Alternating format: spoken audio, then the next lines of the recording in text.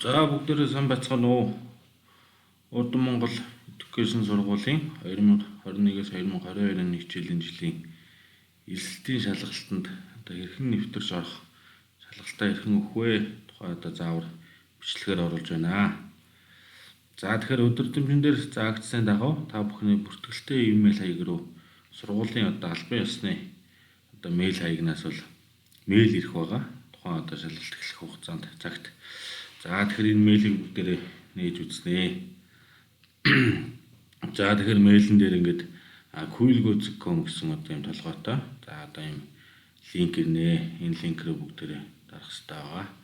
За энэ хэсэгт бүгдээрээ өөрийн бүртгэлтэй мэйл хаягийг одоо бичиж зааж өгнө. За ингээд зааж өгснөөрөө энэ линкийг одоо авах хэрэгтэй болж шалгалт руу цаашаа нэвтэрч өгнө гэсэн. Тэгэхээр энэ дээр хэдүүлээ яах вэ гэхээр мэйл хаягийг яг ямар стандартаар яаж бичдэг тийм ээ. За тэр стандартаар бичнэ. Буруу бичиж болохгүй, дутуу бичиж болохгүй тэгвэл энэ маань ажиллахгүй байгаа шүү. Одоо том үсгэр ч юм уу зарим хүмүүс бичээд идэг тийм ээ. Энэ бол одоо болохгүй шүү. Боломжгүй гэсэн үг. За тэгээд энэ мэйл хаягаа зөв бичсэн бол get your link гэдэг ингээд арчнаа гэсэн үг. За тэгэхээр ингээд тань руу дахиад одоо шинэ имэйл илгээгдсэн гэсэн утгатай текст гарч ирж байна тийм ээ. За тэгэхээр хэдүүлээ дахиад мэйл хаягаа шалгах нь байна. За энд юм тийм ээ. За мэйл хаягаа шалгалаа. За тэгэхээр одоо мэйл дээр чинь юм линк орж ирнэ. Энэ бол одоо яг таны шалгалт өгөх линк байгаа. За энэ линк рүү бүгдээрээ нэвтэрч оръё.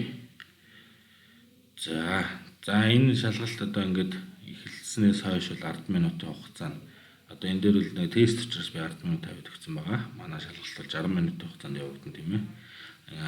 Явагдана гэсэн үг. За тэгэхээр өдөржингөн дээр заасны дагуу одоо энэ Cool.go гэдэг энэ програм маань таны камерыг болон screen recorder хийх одоо эрхийг зөвшөөрөл одоо өгсөн утгатай текст байгаа. Энэ дэр бүгдээрээ одоо энэ бол камертай холбоотой текст байна.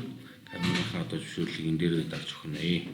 За тэгэхээр бүгдээрээ камергүй ч юм уу зөвшөөрлийг өгөхгүй тохиолдолд энэ шалгалт маань цаашаа үргэлжлэх боломжгүй шүү гэдгийг бас анхаараарай. За энийг ингээд зөвшөөрчээ. За одоо энэ болохоор screen буюу одоо дэлгэцийн одоо хянах одоо ийм хэсэг байгаа. Энийг одоо бас одоо зөвшөөрлийн заавал өгнө гэсэн үг. За тэгээ энэ дээр чинь ийм текст гарчингууд энэ дээрээ нэгээ share гэдээ дарчна. За тэнгууд одоо таны дэлгэц болон камеруудын ийм байдалтай харагдаж байна гэсэн юм явуучин. За бүгдээрээ шалгалтын явцад одоо яг ингээ камер дээр царайгаа голлуулад ингээд шалгалтаа өгөх хэрэгтэй байгаа шүү. Зөв байдлалтайгаар тийм ээ. За хэдүүл ингээ цаашаа явъя. All good open the form гэж тийм ээ.